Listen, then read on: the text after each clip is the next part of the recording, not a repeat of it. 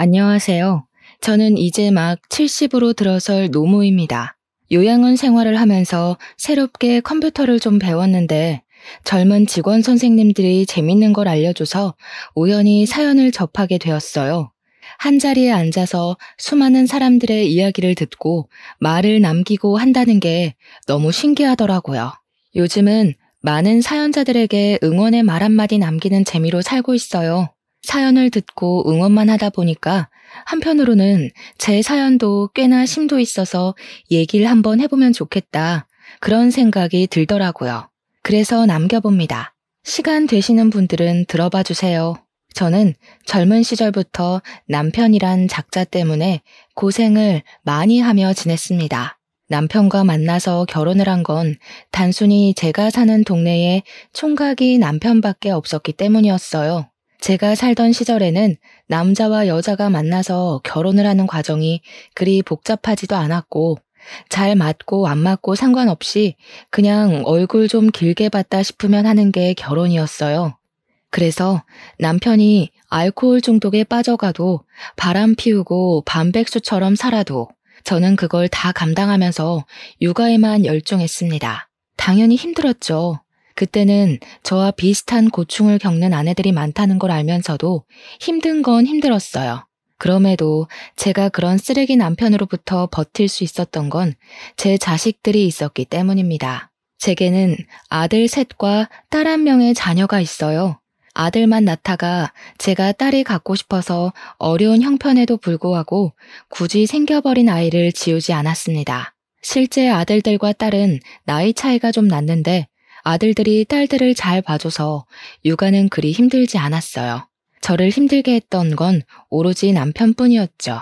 남편은 제 얼굴만 보면 욕을 하고 시비를 거는 사람이었습니다. 그건 자식들이 보고 있는데도 마찬가지였고 특히나 밥상머리 앞에서 저를 그렇게 무시했었어요. 반찬이 뭐 이따위야. 지금 나 백수라고 반항하는 거냐? 돈 못 버니까 밥도 거지같이 처먹어라 이거야? 인연이 틈만 나면 사람 성질 긁네. 애들 앞에서 욕 좀 그만해. 애들이 뭘 보고 배우겠어. 내가 언제 당신한테 돈 못 번다고 시비 건 적 있어? 당신 혼자 자존심 상해서 내 성질 긁는 거 아니야. 그런 식으로 목소리만 높이면 가장 위험이 산대? 남편 때문에 저희 집 밥상이 엎어지는 건 그리 놀랄 일이 아니었고 한 끼를 2번 차리는 것 또한 익숙했던 때였습니다. 이반이 백수라서 제가 남편을 대신해 일을 해야 했어요. 남의 집 식당에서 잡일까지 하며 돈을 벌었습니다. 그 식당은 규모가 작아서 직원을 저 하나만 썼거든요. 요리는 사장님이 했고 나머지는 제가 다 했어요. 당연히 육체적으로 피로했으나 집에서 술만 먹고 있을 남편을 보는 것보단 마음이 편했습니다. 그리고 무엇보다 다행히 남자 사장님 인심이 너무 좋아서 제 편의를 잘 봐주셨어요. 또 월급이 참 괜찮았는데 저 하나 있는 것도 직원이라고 복지 혜택을 잘 챙겨주시더라고요. 연차도 있었고 명절 보너스도 있었습니다. 제게 유일한 운이 있다면 일복이 아니었나 늦게나마 생각을 해보네요.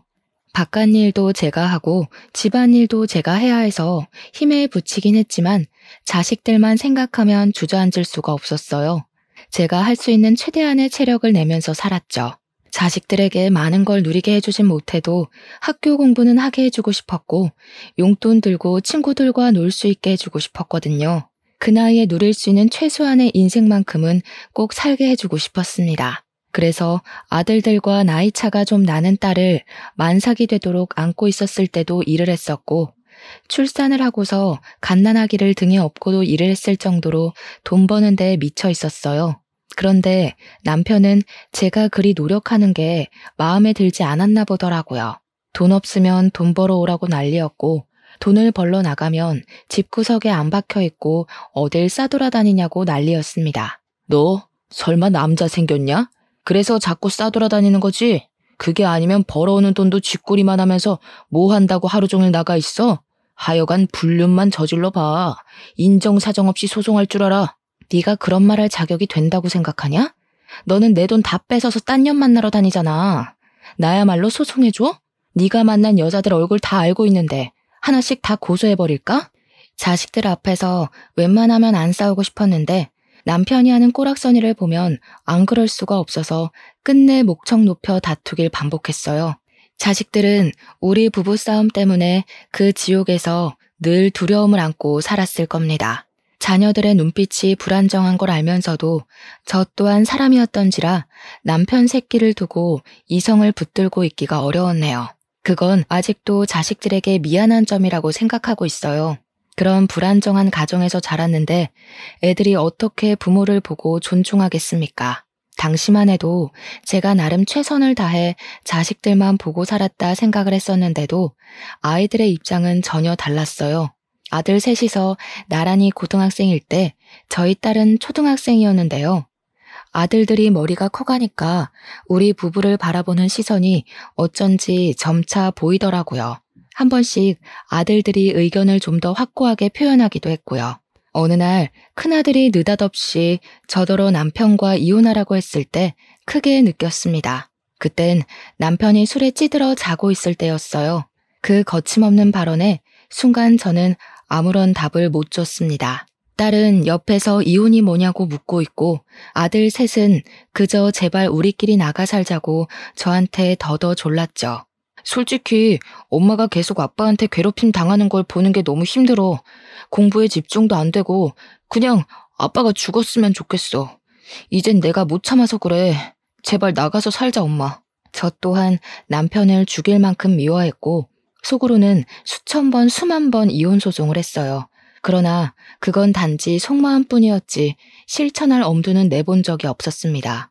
제가 이혼을 하지 않는 게 내 새끼들을 위한 것이라고 착각했었거든요. 애들이 저랑 남편을 보는 눈빛이 많이 냉정해졌다고 생각은 했었지만 이혼을 하라는 말을 직접적으로 한 적은 그날이 처음이어서 좀 많이 충격받았던 것 같아요. 그저 남편이랑 저를 미워하고 있는 줄로만 알았는데 이렇게까지 갈라놓고 싶어하는 줄 몰랐습니다. 그날 아들들은 이왕 입을 턴 김에 남편을 향한 많은 악감정을 저에게 표출을 했어요. 그때 제가 무슨 기분이 들었냐면 이 사태가 계속 가다간 돌이킬 수 없는 문제로 번질 것 같은 기분이 드는 거예요. 그래서 저는 일단 생각해보겠다고 애들을 달랬습니다. 어두컴컴한 새벽, 잠도 못 자고 앉아서 멍 때린 적이 있었어요. 바보같이 돈만 열심히 벌면 되는 줄 알았고 그 돈으로 애들을 뒤떨어지지 않게 키우기만 하면 되는 줄 알았는데 저 혼자서 몸이 부서질 만큼 엄마 노릇에 최선을 다하고 있다고 생각했는데 애들 생각을 직접적으로 듣고 나서는 모든 게 저의 합리화였단 걸 알았어요.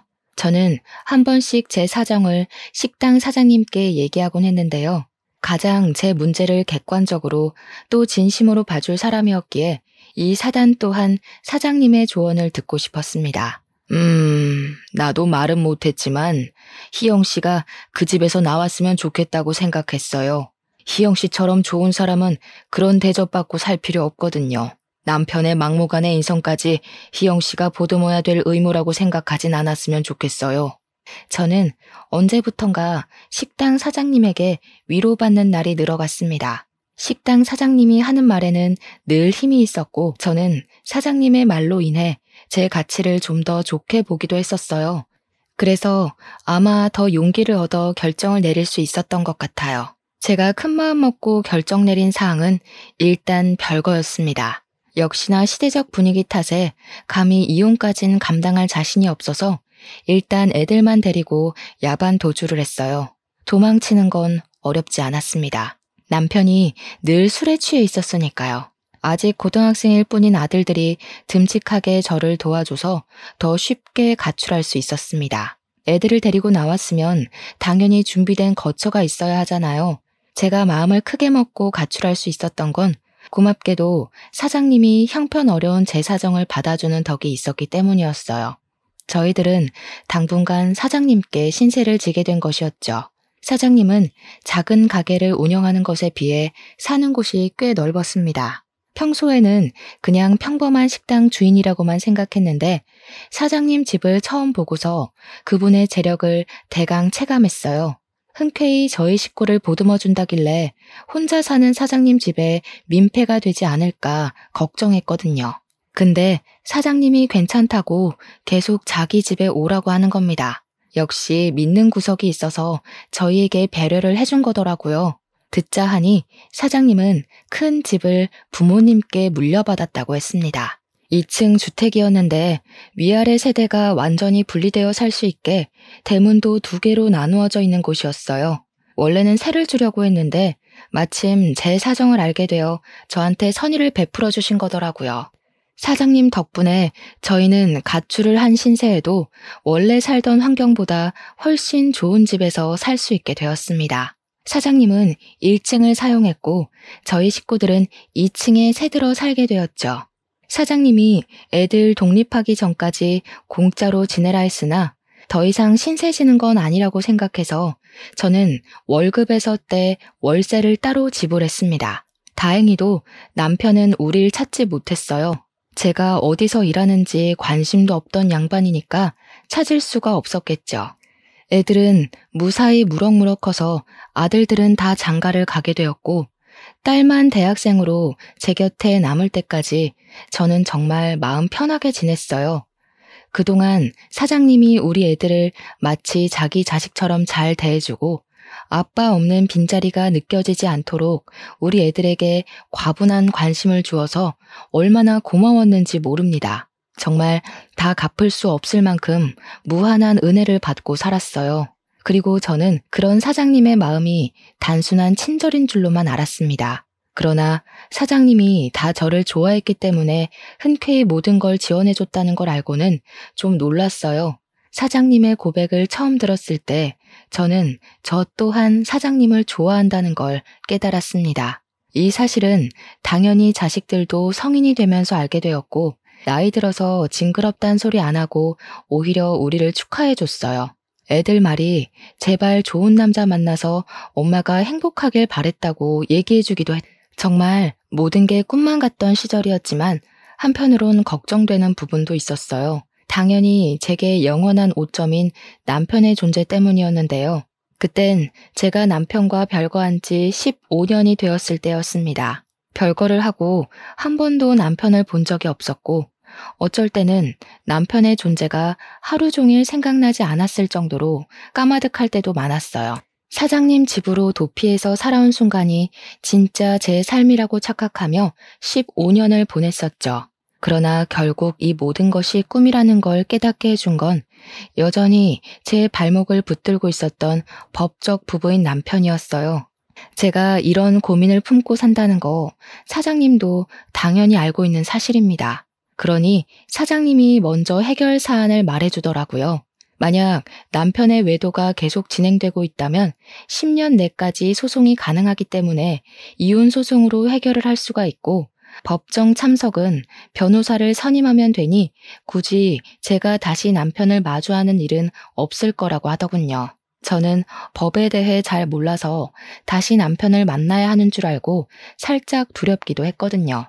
그런데 사장님 덕분에 또 용기를 얻은 셈이고 방법도 있으니 더 이상 이혼 안 할 이유가 없어진 겁니다. 그렇게 저는 10여 년 끝에 이혼 소송을 하게 되었고 말도 안 되는 위자료까지 받아서 사장님과 재혼을 할 수 있었습니다. 자식들은 사장님 같은 새아빠라면 언제든지 환영이라고 해주면서 저희의 관계를 많이 축하해줬어요.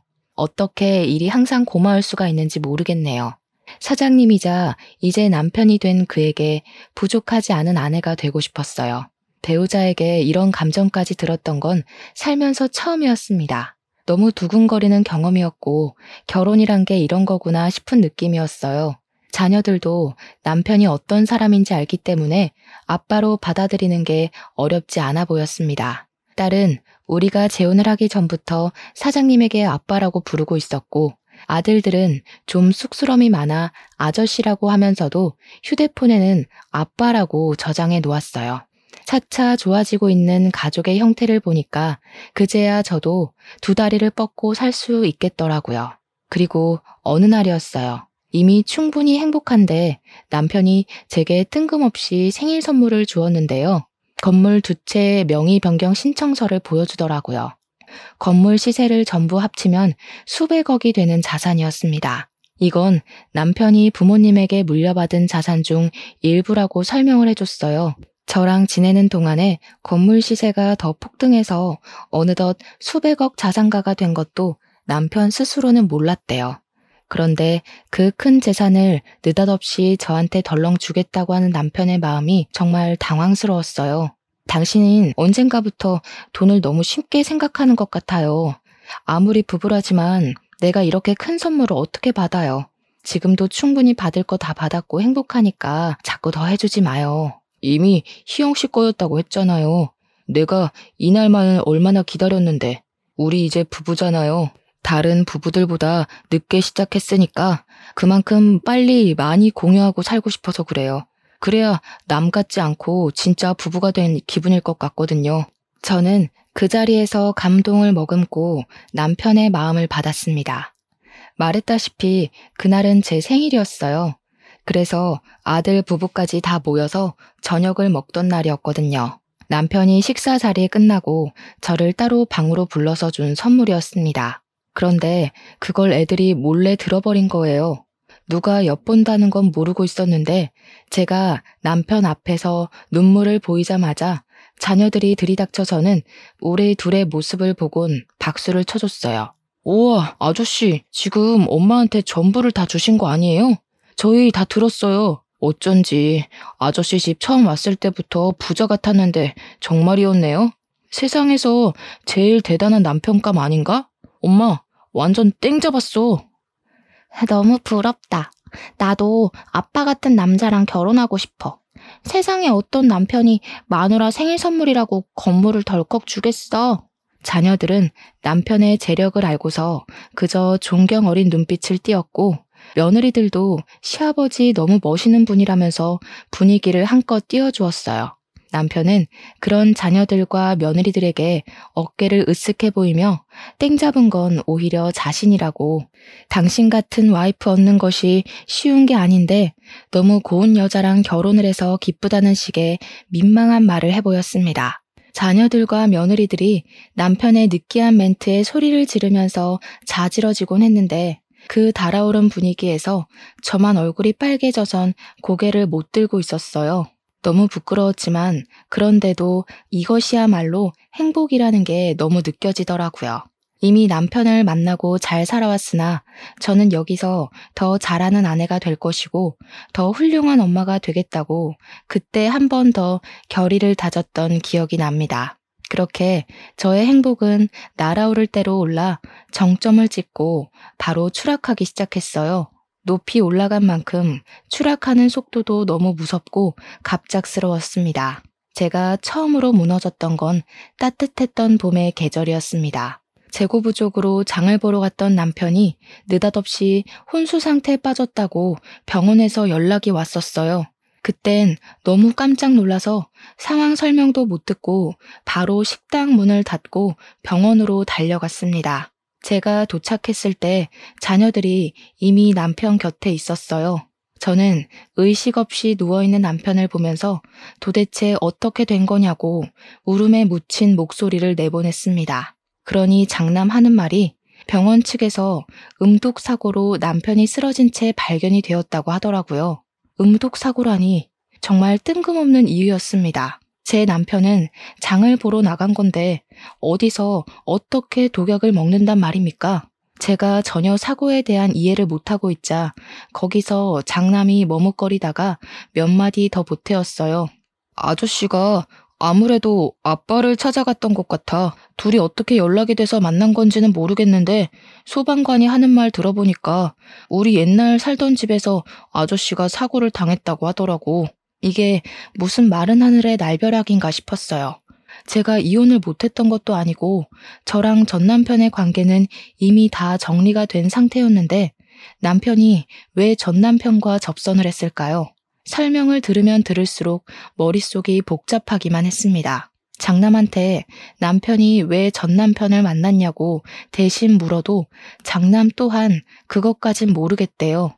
경찰에선 이미 전 남편을 구속해서 조사 중이라고 하는데 거기서도 전 남편이 남편과 왜 접선을 했는지 별다른 이유는 말 안 한다고 하더라고요.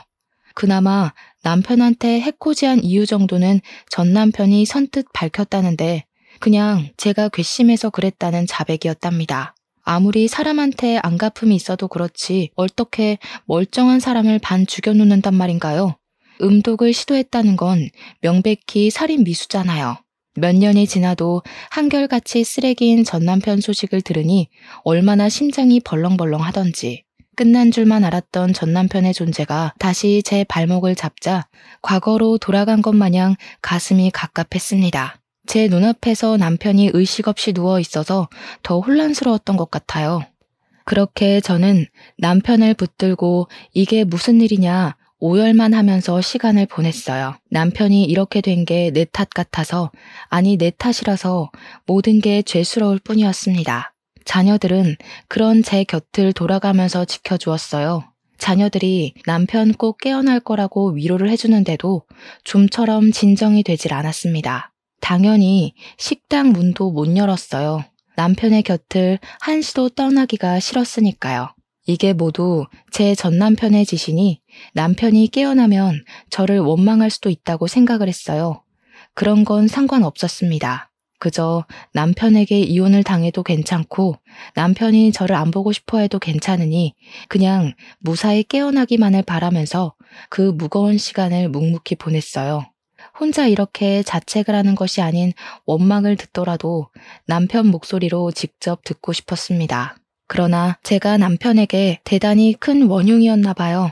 하늘은 제게 남편에게 용서할 시간을 주지 않았습니다.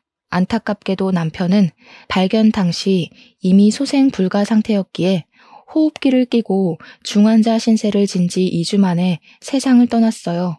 그날 저는 정말 세상이 무너지는 줄 알았습니다. 남편에게 아무것도 듣지 못했고 마지막 인사를 나누지도 못했는데 남편을 보내주라네요.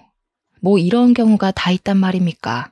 이렇게 경우 없는 작별은 왜 있냔 말이에요. 아직 남편에게 들을 말이 많고 보답해야 하는 마음도 가득한데 사별이라뇨. 너무 황당해서 남편에 대한 미안함과 슬픔이 원망으로 변질되기까지 했어요. 대체 왜 그런 위험한 사람을 혼자서 찾아간 건지 남편 옷깃을 붙들고 묻고 싶었습니다. 그러나 역시 돌아가신 분에게선 답이 없었죠. 저는 장례식 내내 텅 빈 마음으로 시간을 보냈어요. 자녀들과 며느리들이 저를 대신해서 바쁘게 조문객을 받았고 장례 절차에 따라 움직였습니다. 쓸쓸하게 보낸 우리 남편, 장례식이라도 성대하게 치러주고 싶어서 자녀들이 의견을 많이 보태었어요. 남편은 역시나 좋은 사람이었는지 조문객들이 정말 많았습니다. 그래서 더 미안했어요. 착한 사람이 괜히 나 같은 사람을 만나서 이렇게 일찍 단명을 해버린 거니까요. 그렇잖아도 조문객들은 남편이 이렇게 갈 사람 아니라고 하면서 제게 따가운 눈초리를 보냈고 뒤에서 구시렁거렸습니다. 그런 소리를 들으면서 저 또한 제 탓이 맞는다고 생각했어요. 그래서 사람들의 소리가 칼이 되어 제 가슴에 꽂혀도 전혀 아프지가 않았어요. 이 정도로 아파해선 안 된다는 집념이 제 정신을 매도해버렸기 때문이 아닐까 싶습니다.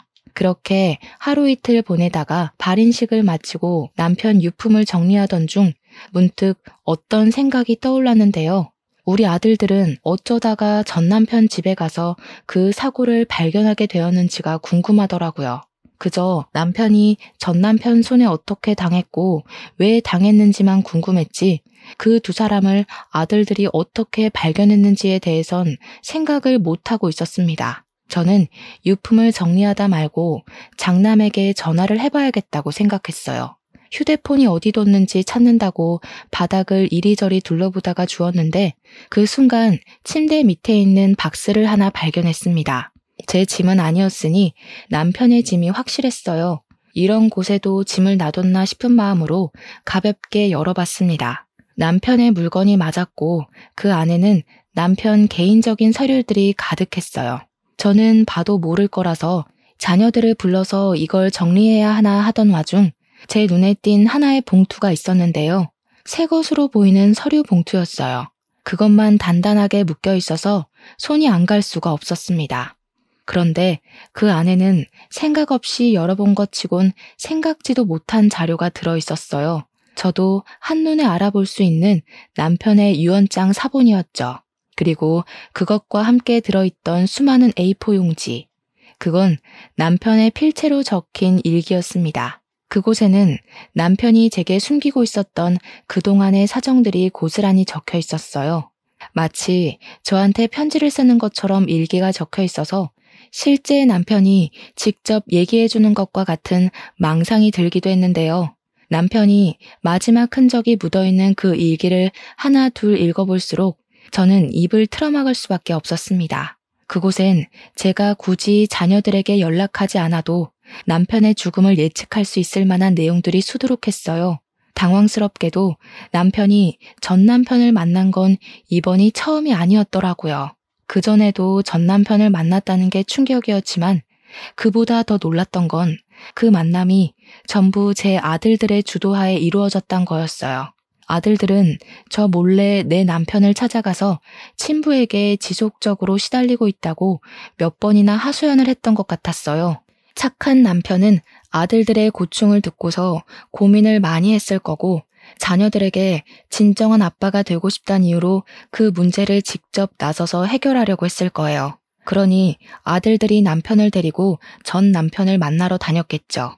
분명 아들들은 제 앞에서 남편과 전 남편의 접선이 어떻게 이루어졌는지 모른다고 했었는데 그 일기가 사실이라면 아들들은 제게 거짓말을 했다는 것이 됩니다. 이미 이것만으로도 충격이었는데 남편의 마지막 일기로 보이는 곳에는 더 충격적인 사실이 적혀 있었어요. 저에게 경고를 해주는 듯한 문구였습니다. 전 남편과 아들들의 사이를 믿지 말라고 적혀 있더라고요.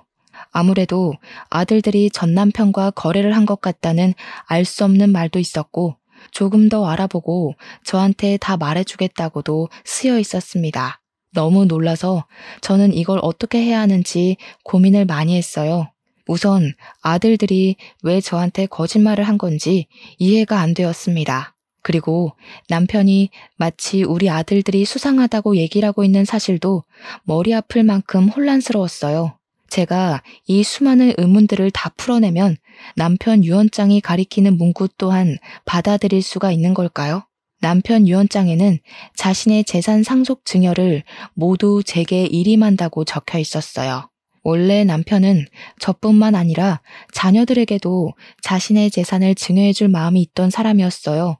그랬던 사람이 제게 재산을 전부 일임했습니다. 이건 분명 자녀들에게 재산을 줄 수 없는 이유가 있다는 걸 뜻하는 것 같았어요.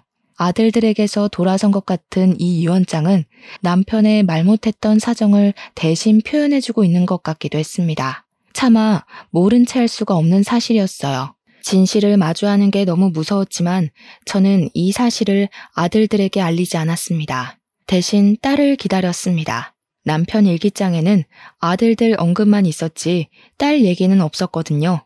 그리고 딸은 남편 장례식에서 누구보다 서럽게 울었고 장례가 끝난 후에도 밥도 옳게 못 먹을 만큼 시름시름 앓았던 아이였어요. 저 못지않게 남편의 죽음을 크게 애도하였습니다. 그런 딸이 아들들처럼 숨은 얼굴을 갖고 있을 거란 생각은 못했어요. 남편이 죽고 난 후 딸은 퇴근하고 귀가하면 방에만 박혀 있었는데요. 그 모습은 저랑 정말 많이 닮은 모습이었어요. 그런 딸의 마음을 제가 다잡아주고 기운을 북돋아줘야 하는데 못나게도 엄마로서의 역할을 제대로 못했습니다. 그날도 딸은 방에만 박혀서 저녁 먹을 생각을 안 하고 있었어요. 그래서 제가 오래간만에 딸 방을 찾아갔습니다. 그 순간 방문 가까이 가니까 안에서 어떤 말소리가 들렸어요. 그때부터 저는 기척을 숨긴 채 문에다 귀를 바짝 대어 들어봤습니다. 나도 매일 눈물 짜내느라 힘들어. 이러다 진짜 우울증 올 것 같다니까. 억소리 나는 돈만 아니었으면 나 진짜 다 관뒀다. 돈 받으면 이 집 바로 나갈 거야. 우리 어디 갈래? 발리 갈까? 자기 발리 가고 싶어 했잖아. 딸의 생생한 목소리에 저는 귀신이라도 본 것 마냥 문에서 떨어져 나갔습니다. 딸에게서 남편 일기장에 적혀있는 아들들의 소름 돋는 모습까지 투영되어서 보이는 듯 했어요. 아들들 또한 제가 못 보는 곳에서 딸처럼 이런 생각으로 남편을 바라봤겠죠. 저는 이때야 내 자식들의 실체를 다 알아버린 셈이었어요. 내 자식들이 남편을 아빠라고 받아들였던 게 전부 남편의 재산 때문이라는 걸 알았습니다. 아들들과 딸은 결코 우리 남편 죽음을 슬퍼한 적이 없다는 거였고, 여태껏 나와 같은 모습을 하고 있다 생각한 딸의 눈물도 거짓이라는 거 아닙니까? 딸의 이면적인 모습에 충격받은 저는 그곳에서 찍소리도 못하고 얼른 방으로 돌아와 버렸습니다. 아들들 모습은 안 봐도 비디오이니 확인해 볼 필요가 없다고 생각했어요. 진실을 직면한 그날, 저는 남편과 단둘이 썬 그 방에서 며칠을 울었습니다. 남편이 제게 자식들의 이런 면을 말하지 못해서 얼마나 속이 골았을까요? 혼자서 어떻게든 해결해 보려고 얼마나 노력했을까요? 저는 남편 앞에 악마 새끼들을 끌고 온 것 같아 미안해서 괴로울 지경이었습니다. 그러나 이대로 울고만 있을 수는 없었어요. 남편의 재산이 정리되어야 한다는 걸 이미 자녀들이 알고 있고 자기네들 앞으로 떨어질 콩고물을 기대하고 있잖아요. 충분히 울면서 시간을 보낸 저는 마음을 굳건하게 먹고서 변호사를 불렀습니다. 어차피 재산 정리하려면 변호사를 불러야 되니까요. 그리고 자식들에게도 식당으로 모이라고 연락을 한 통씩 넣었어요. 자식들은 뻔뻔한 얼굴로 저를 위로하면서 안부를 물어주었습니다. 자녀들에게서 전 남편의 괴물 같은 모습이 보이는 것 같아 소름이 돋았어요. 어쩌면 멍청했던 전 남편보다 훨씬 더 지능적으로 무서운 녀석들일 수도 있겠네요. 저는 차마 자녀들에게 괜찮다는 말은 못하고 애써 마음 안 좋은 척하고만 앉아 있었습니다. 그리고 변호사가 우리 앞에서 남편의 유언장을 읽어주기 시작했는데요. 솔직히 직접적으로 상황에 마주하게 되면 더 심하게 두렵고 떨릴 줄 알았거든요. 그런데 의외로 감정이 침착해지더라고요. 그 덕분에 변호사가 유언을 또박또박 읽어나갈 때마다 자녀들 표정이 점점 바뀌는 게 아주 잘 보이는 거 아니겠습니까? 그 모습이 얼마나 악마 같고 가소롭던지. 남편이 아니었다면 저 또한 자식들의 이런 이면에 속아 넘어갔을 거 아닙니까? 그 생각만 하면 분명 내가 낳은 자식인데 전혀 자식 같아 보이지가 않더라고요. 심지어 유언장을 발표하는 이 자리는 그야말로 제가 제 힘으로 괴물을 낳았구나라는 걸 증명하는 자리가 되었는데요. 변호사가 유언장을 다 읽자마자 벌떡 들고 일어난 장남이 변호사 손에 있는 유언장을 뺏어갔어요. 지금 뭐라고 했어요? 엄마한테 다 일임한다고요? 이거 조작된 거죠? 분명 그 아저씨가 우리한테 준다고 약속했단 말이에요. 엄마가 말해봐. 엄마가 몰래 아저씨 유언 조작했지? 애초에 너희들 돈이 아닌데 뭘 그렇게 탐을 내니? 남편이 선심 써서 너희한테 주고 싶다고 했던 거지. 너희 돈을 맡아놨다가 돌려주겠다는 소리가 아니었어. 이미 열이 바짝 오른 장남한테 제 말은 들리지도 않는 것 같았어요. 장남은 기어코 제가 꾸민 짓이라 망언을 퍼부으며 유언장을 던져버렸습니다. 그리곤 제 멱살을 목 조르다시피 꽉 쥐었어요. 지금 혼자 잘 먹고 잘 살겠다는 거야? 어떻게 핏줄을 버려? 아저씨한테 정신 나가서 자식들은 안중에도 없었던 거지? 우리가 그 돈 때문에 무슨 짓까지 했는데 엄마한테 다 뺏기려고 내 손 더럽힌 줄 알아? 이거 다 무효야. 진짜 유언장 어딨어? 장남은 돈이 제 앞으로 안 떨어지자 막 나가기로 했는지 개소리를 거침없이 짓거렸어요. 장남은 지금 자신이 무슨 소리를 하고 있는지도 모를 만큼 흥분했던 것 같은데요. 장남이 말하는 더러운 짓이 뭔지는 제가 경찰한테 남몰래 신고를 하고서 알게 된 사실인데 아들들이 남편의 사망을 음독사고로 꾸미고 전 남편한테 뒤집어 씌운 거더라고요. 이미 자녀들이 저와 전 남편을 버린 거나 마찬가지인 셈이었지만 그 사실을 들었을 때 저 또한 자식들을 버리기로 마음먹었습니다. 고맙게도 녀석들은 내가 내 손으로 자식을 끊어내는 걸 죄스럽지 않도록 해줬어요. 장남뿐만 아니라 둘째도 셋째도 제게 남자한테 정신 나가서 재산 다 독식한다고 패륜적인 발언을 서슴지 않았습니다. 어디 아들들 뿐이었겠습니까?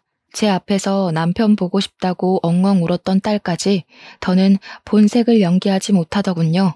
이거 100% 엄마 혼자 다 먹으려고 수 쓴 거야. 오빠, 경찰 불러. 무조건 조사해봐야 돼. 내가 왜 결혼도 안 하고 그 아저씨랑 엄마 밑에서 비위 맞췄는데 돈 한 푼 못 받으려고 그런 개고생을 한 줄 알아? 나 이거 인정 못해. 소송할 거야. 딸은 이제 남편을 아빠라고 칭하지도 않더군요. 이 녀석들의 난동을 눈앞에서 보고 있는데 얼마나 어처구니 없었는지 모릅니다. 자식들이 이 모양 이 꼴인 것도 제가 다 잘못 키운 탓이겠죠.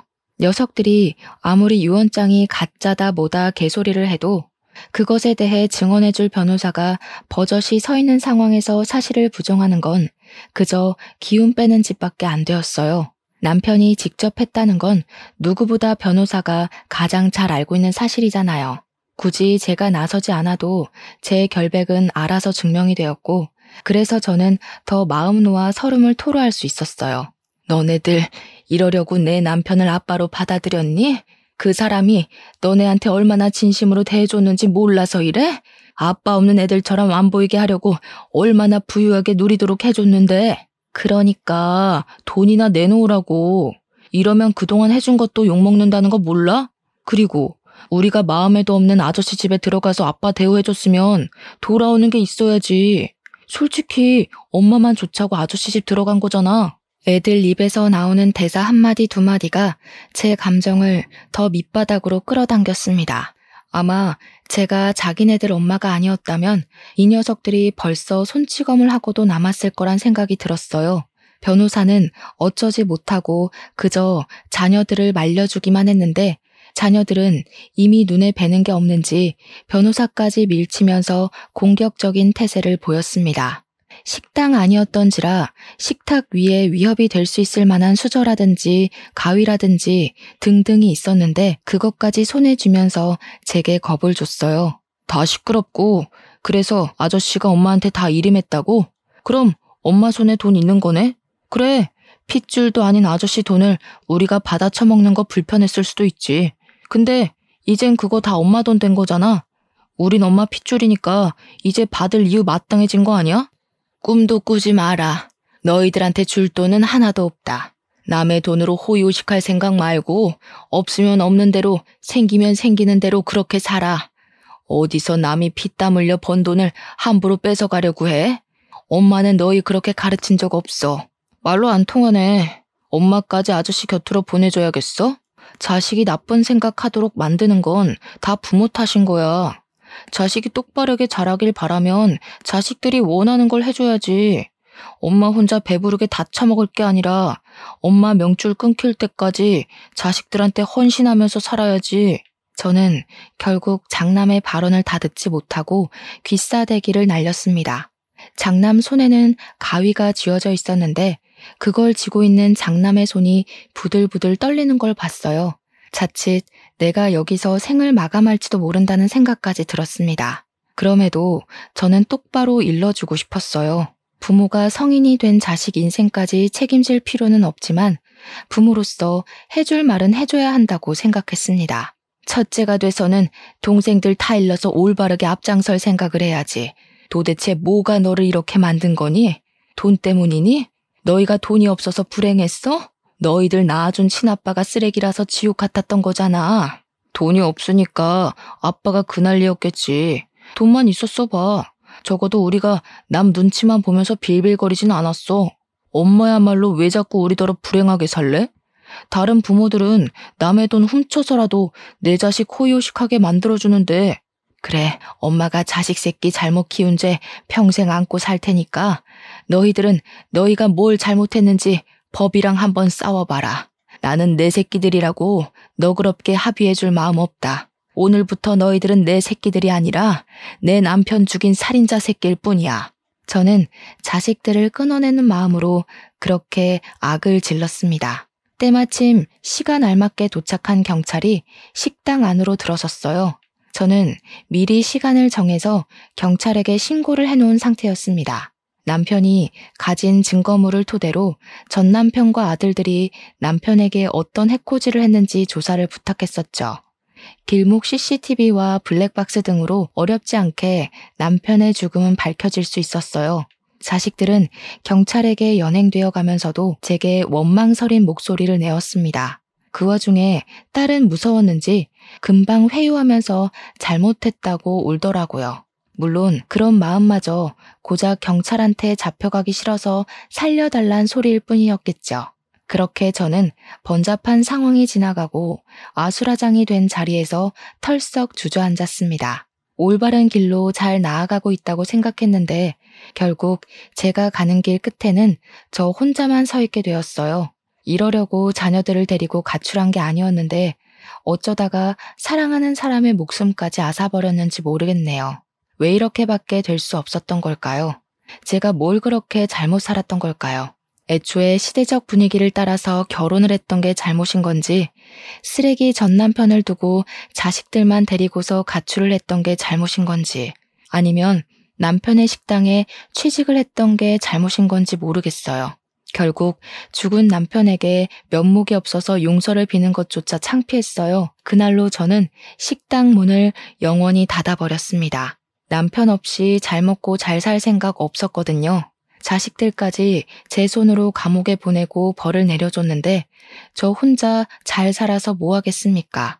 그렇다고 파렴치한 자식들을 다시 자식으로 받아줄 생각은 없어요. 감옥에서 나오면 부디 이 세상이 고작 돈 때문에 막무가내로 살기엔 얼마나 혹독한 곳인지 깨닫길 바랄 뿐이네요. 저는 현재 인사말에서 말씀드렸다시피 요양원에서 생활 중입니다. 제게 남겨진 수백억의 재산은 요양원비를 해결할 돈만 남겨둔 채 전부 사회에 환원을 해버렸어요. 내 돈 아닌 걸 갖고 있으려니 얼마나 무섭고 마음이 불편하던지. 어려운 사람들을 위해 써버리니까 속은 좀 시원하더라고요. 아마 두 발 뻗고 못 자는 일은 없지 않을까 싶네요.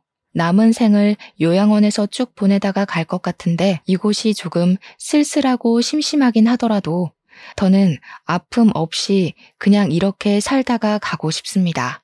마지막 소원인데 그것만은 하늘이 저를 불쌍하게 생각해서 들어줬으면 좋겠네요. 손가락이 굳어서 글 쓰는 속력이 느렸다 보니 벌써 저녁 먹을 시간이 되었습니다. 점심 먹고 앉았는데 벌써 저녁이라니 오랜만에 몸이 고생을 좀 한 기분이네요. 오늘은 일찍 잠자리에 들어야겠습니다. 제 사연 읽어주셔서 너무 감사해요. 모두가 덜 아픈 생을 살길 기원할게요.